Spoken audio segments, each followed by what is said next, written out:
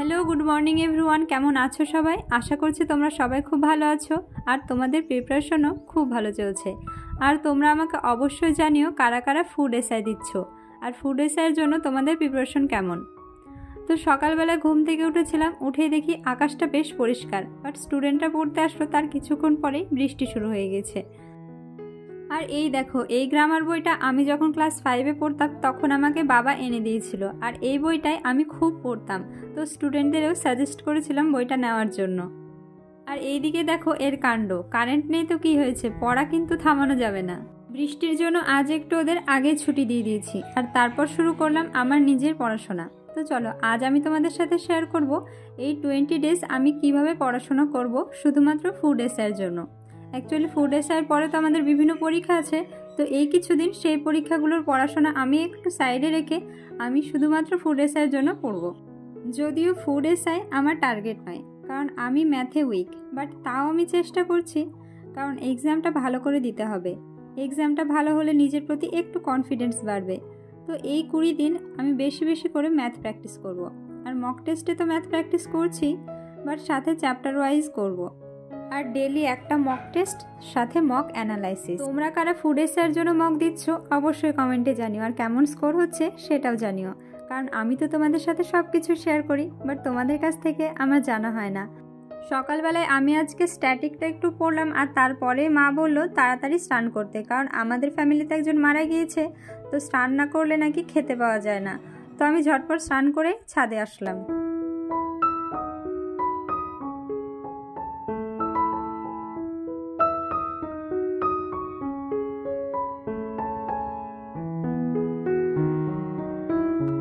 এখন প্রায় 11টা মতো বাজে, আর আমি খাওয়া দাওয়া কমপ্লিট করে বসলাম পড়তে। বাট আজকের খাওয়া দাওয়াটা খুব বাজে ছিল, কিছু করার নেই, এই কিছুদিন এইভাবে খাওয়া দাওয়া করতে হবে। এখন আমি রিভিশন করছিলাম, আর এক্সামের আগে রিভিশনটা খুব দরকার, সেটা তোমরা সবাই ভালোভাবে জানো। আর আমি রিভিশন করি নিজের হাতের লেখা নোটস থেকেই। আর এই 20 দিন আমি নতুন কিচ্ছু পড়বো না। কেন বলছি? কারণ হলো, অনেককেই দেখেছি যে এক্সাম আসছে শুনলেই আবার নতুন করে পড়া শুরু করে দেয়। তো নতুন করে পড়া শুরু করো, এই 20 দিনে তার সিলেবাস কমপ্লিট হবে না।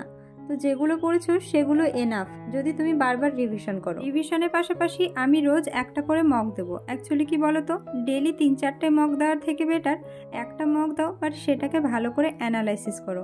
পার্সোনালি আমি তো তাই করি। কোনগুলো ভুল হচ্ছে আর কেন ভুল হচ্ছে এগুলো যখন আমি নিজেই বুঝতে পারবো, তখন আমার ওই কোশ্চেনগুলো আর কখনো ভুল হবে না।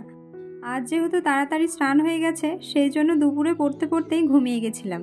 বাট দিনের বেলায় আমার ওই 20-30 মিনিটের বেশি ঘুম হয় না। পাখিতে এত চিৎকার করে আর আশেপাশের মানুষ খুব চিৎকার করে, সেই জন্য ঘুমটা ঠিকঠাক হয় না দিনের বেলায়। আর ঘুম থেকে উঠে বসলাম ম্যাথের একটা ক্লাস করতে। তো ক্লাস কমপ্লিট করে ফোন থেকেই নোটস পড়ছিলাম। অ্যাকচুয়ালি এগুলো আমি দাদাকে দিয়েছিলাম প্রিন্ট আউট করার জন্য, বাট কবে যে পাবো কি জানি, হয়তো এক্সামই শেষ হয়ে যাবে ওর প্রিন্ট আউট আস্তে আস্তে। অ্যাকচুয়ালি ফোন দেখে পড়তে আমার খুব একটা অসুবিধা হয় না, কারণ এটা আমার পুরো অভ্যেস হয়ে গেছে। আমি আমার মাস্টার্স কমপ্লিট করেছি ফোনের পিডিএফস পড়ে পড়ে।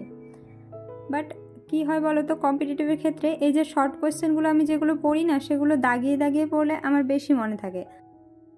এখন প্রায় সন্ধ্যা 7:30 মতো বাজে, আর আমি এখন মক দেবো, সেই জন্য ওএমআর শিট বের করতে গিয়ে দেখি একটাই ওএমআর শিট পড়ে আছে।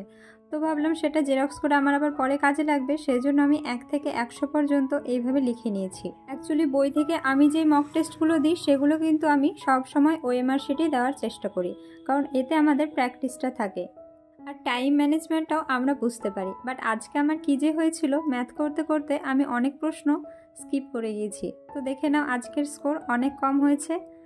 তো যাই হোক, এখন প্রায় 11টা মতো বাজে, আর 11টা পর্যন্ত আমি জেগে আছি, মানে এটা কিন্তু আমার কাছে বিরাট কিছু। তো আজকে এই পর্যন্ত থাকলো, দেখা হচ্ছে নেক্সট ব্লগে। আমার ভিডিওটা কেমন লাগলো অবশ্যই জানিও, ভালো লাগলে like, comment, share and subscribe. Tata.